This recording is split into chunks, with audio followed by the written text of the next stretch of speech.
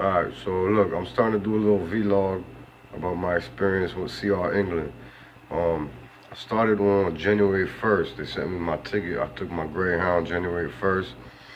I went to Burns Harbor, Indiana, and I got there January 2nd, which was a Tuesday.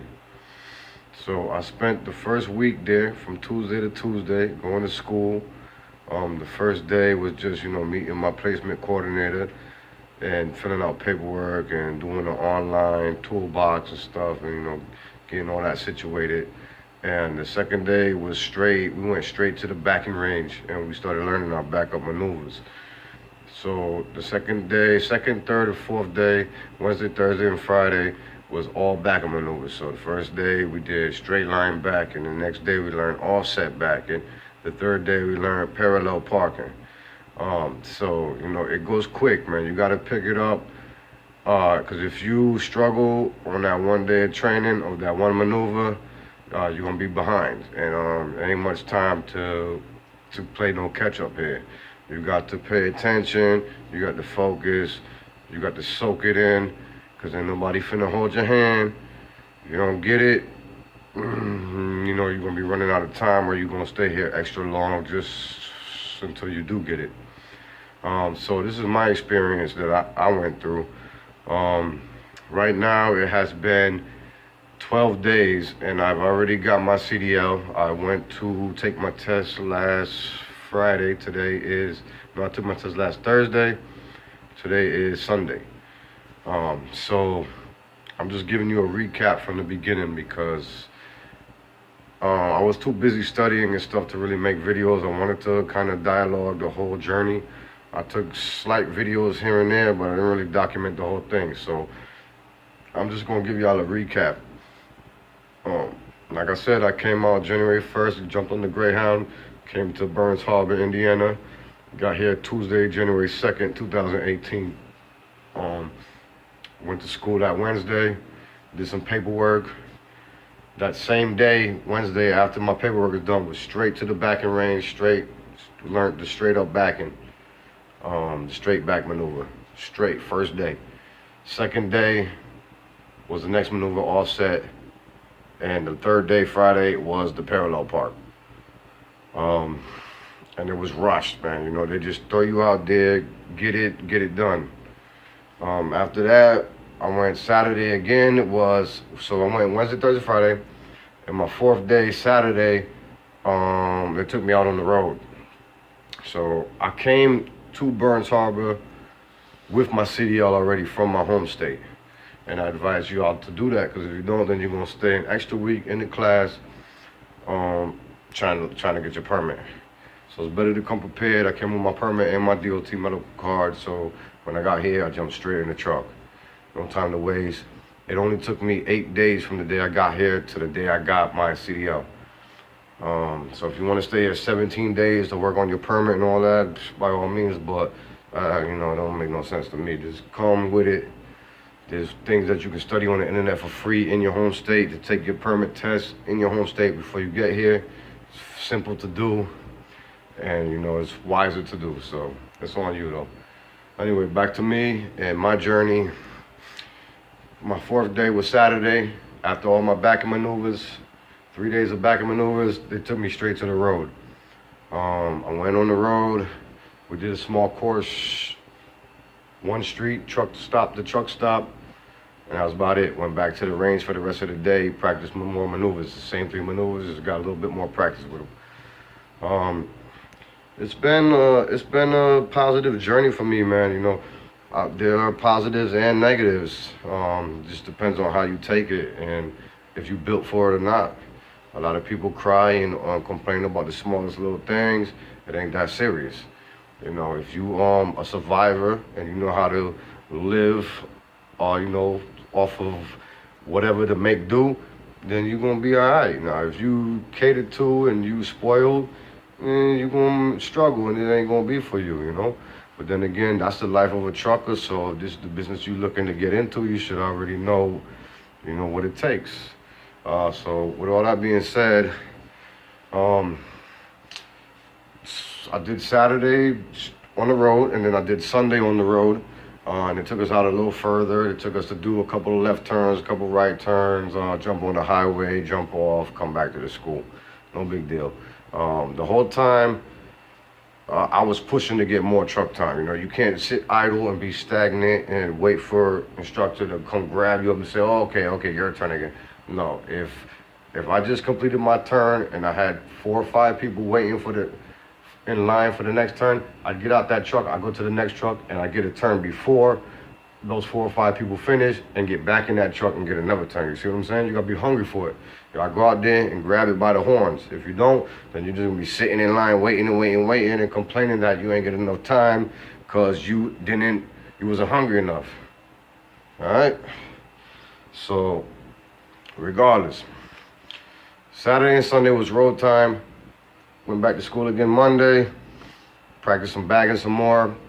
Practiced the pre-trip, 3 breaks, in-cab, all of that stuff. It's real simple if you get a grasp to it. If you overthink it, you're gonna OD on it because people stress it out so much that it get frustrating. You know, you deal with a lot of people here that come and half of them have no common sense. You gotta wonder, why do these people even have a regular driver's license? You know, they can't maintain the thought of anything very simple, and it gets frustrating and it's discouraging. You kind of want to push them to the side and walk over them, but then again, you kind of want to help them because you feel sympathy. But you can't waste your time helping others until you don't help yourself. So me, I was confident from day one. You know, I never drove a truck before.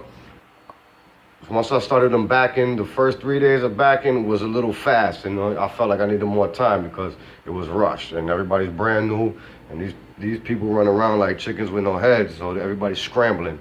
So my advice to y'all is step back, pump your brakes a little, let all that confusion and chaos move forward, take it easy, and it'll all come together afterwards. Don't overwhelm yourself because those be the ones that fail because they think too much about it and it's try, oh, what did I do? I didn't learn enough, I don't know, da.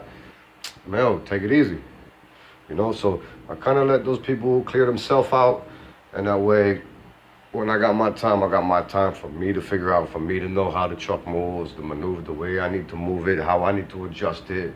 Because when you go to take your test, ain't nobody gonna be sitting there next to you telling you, quarter turn left, take a quarter turn right, you gotta do this, you gotta do that. No, so if that person ain't there during your test, you need to know how that truck moves so you can figure it out yourself. You know, you gotta let that light bulb go off. Ching. Once that light bulb go off, then no matter what situation you get yourself into, because when you're doing your backing maneuvers, they have points of reference. Now, if you use your points of reference, it should line up correctly, but it doesn't always line up correctly. So if you come to the point where you used all your reference, you did everything by the book, and you backed up and find yourself crooked, and it ain't lined up the way it's supposed to be, then you're gonna have to know how to figure that out to get it in there and do what you gotta do. So if you don't play with the truck and figure it out, and watch your mirrors and watch your convex and watch your tandems and figure out how to adjust and slide it in there, I don't know what to tell you, man, because those point of reference don't always line up. You know, you throw it off a little bit, you off a lot of bit. So, you know, they're good reference, but reference ain't always everything solid. So, I don't know.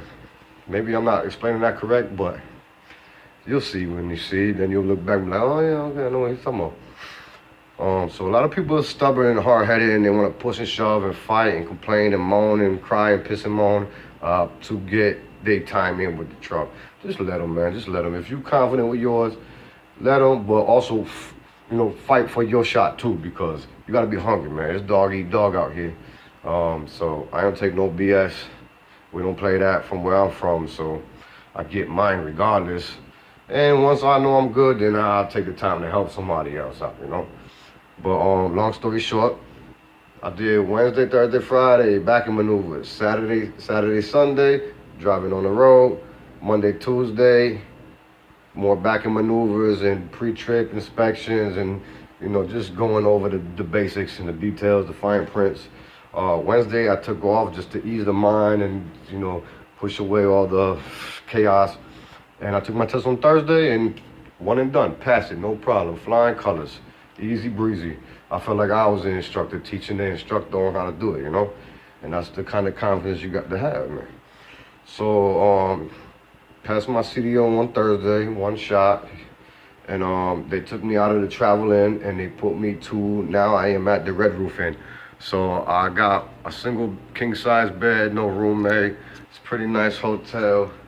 They got the microwave, fridge, all that. You know, before I came out here, I was looking at a lot of YouTube videos, researching what I need to bring, what I gotta prepare for, and I advise y'all to do that the same. And if you're watching this video now, that means that's what y'all doing.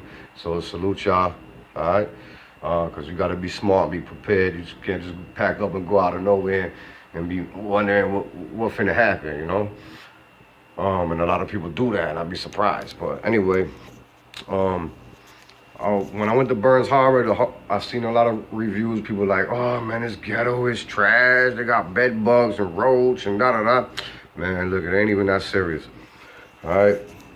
It's like a quick stay at the telly. Like you just met something at the club. You just want to get it in real quick. Boom, bam, in and out, gone. It ain't that bad. And they do got microwave and fridge at the travel inn. Because when I did my research, I didn't see any of that. So I brought a hot plate and a frying pan and all that, because the boy got to make sure he eat, you know. I ain't finna be out there ramen noodling and making mufungos out of a plastic bag like I'm back in the Bing, you know. But regardless, so they do got that. You can cook and eat. Ain't much around. There's a gas station, a Walmart pretty far. You gotta catch a ride to that Walmart or catch an Uber, a taxi. But the school got hot food that you can buy by the pound. There's a little cafeteria downstairs where they serve hot food every day. And you can eat every day as long as you got some money. And I didn't know that either. But for y'all watching, it's good to know. So now that I got my CDL, I'm waiting for my trainer to come pick me up. They shipped me to the Red Roof Inn, which is actually in Illinois, Southside Chicago-ish. And I'm just waiting. It should be like up to a week tops. And I don't really know what else to tell you because I don't know much myself yet. So we'll see how that go, and I'll make another video and update y'all when my trainer do pick me up. But just to recap, to kind of see if I missed anything on what I was explaining about my trip so far. Everything gravy, baby, man. You know, it's a good look. It's a real good look. Ain't much more I can say, man. Oh, here's another thing too. Make sure if you come with your permit and your DOT medical card, make sure if either your license or permit have a restriction or your DOT card got a restriction, they both got to have that same restriction on there. Make sure that match up. Because I came with my license and permit, which had no restrictions. But my DOT card said I needed glasses, which I have glasses and came with my glasses. But since my license said nothing about glasses, they give me a hard time about that, man. I had to call up my DMV and force those people to put a restriction on my license for corrective lenses, and they ain't want to do it, man. I had to call like 4 times. First 2 times, they told me, nah, you got to come back over here in person. I'm like, dawg, I ain't leaving over here, man. I'm in Indiana. I ain't finna come all the way back for nothing, no. I called the 3rd time, they hung up on me. The 4th time, you know, the swagger got somebody to put it on there for me, all right? So they typed in the computer, boom, good. Went back to my recruiter or my placement manager or my DM, and they checked my MVR, motor vehicle report, and it was on it. So the boy was good. If not, they was going to try to give me the boo and say I'm disqualified because my documents don't match. So they'd be funny if you don't come right and don't check them and don't be prepared. You know, almost happened to the guard himself. So fair warning on that one, because that caught me off guard. I was like, man, y'all should have caught that before I came down here. You know, I done sent my recruiter pictures of my documents before y'all even sent my Greyhound ticket. You know, that was unexpected, but you know, I figured it out, got it in there, and we done. We here now, so I'm off to phase 1. Peace.